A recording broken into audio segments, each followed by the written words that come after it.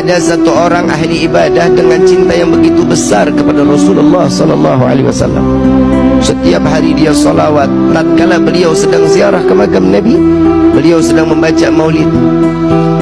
Ada salah satu orang di belakangnya mendengar, begitu selesai diajak makan di rumahnya. Tuan, saya undang makan di rumah saya, boleh? Boleh. Alhamdulillah, dibawalah sampai ke rumah. Begitu sampai di rumah, ternyata bukan dikasih makan, tangan diikat, lidahnya dipotong. Kenapa? Saking bencinya karena orang tersebut terlalu menyanjung dan mengagungkan Nabi Muhammad SAW. Aku tidak suka tatkala engkau terlalu mengagungkan dan memuliakan Muhammad, karena Nabi Muhammad adalah bukan seorang Tuhan yang wajib kita muliakan dan kita agungkan. Dipotong lidahnya. Saat itu juga dilepas orang tersebut, lidahnya digenggam, mulut penuh sama darah, lidah digenggam, dibawa sampai ke depan makam Rasul sallallahu alaihi wasallam. Di dalam hati beliau mengatakan, ya Rasulullah, maafkan saya, bukan saya enggak mau salawat lagi kepadamu, tapi lidah saya saat ini sudah ada di tangan saya tidak lagi dapat menyanjung dan memuliakanmu dengan lidah yang sempurna. Saking sakitnya, darah yang begitu banyak, beliau pingsan. Di dalam pingsannya, beliau didatangi sesosok manusia yang tatkala beliau mengatakan, wahai hamba Allah, wahai hamba Allah, ketahuilah aku Muhammad yang saat ini datang menjengukmu. Biarkan lidah itu terputus, sekalipun jika engkau tetap mencintaiku, maka Allah akan berdekatan, Allah akan mengizinkan aku dekat denganmu, kata Nabi SAW.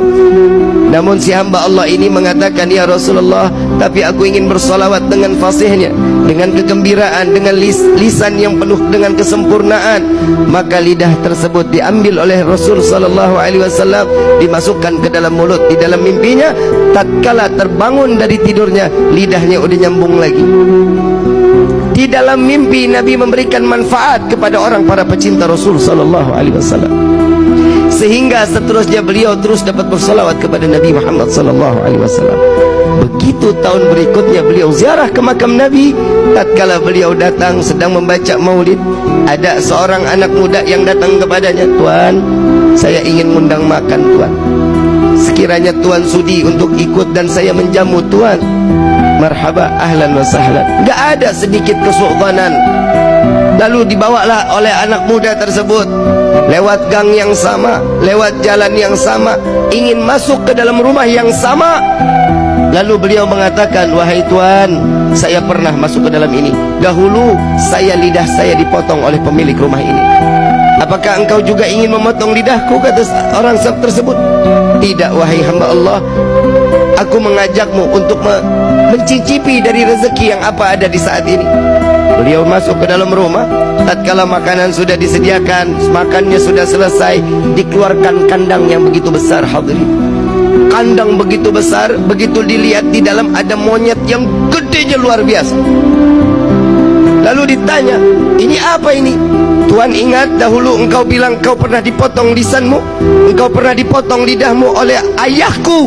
Dia adalah ayahku yang Allah kutuk menjadi kerak yang besar. Maka wahai Tuan, maafkan ayahku, biarkan dia kembali dalam keadaan wujud yang sempurna. Maka hamba Allah ini mengangkat kedua belah tangan, ya Allah, aku maafkan orang tersebut yang telah membenciku dan membenci Nabi Muhammad SAW.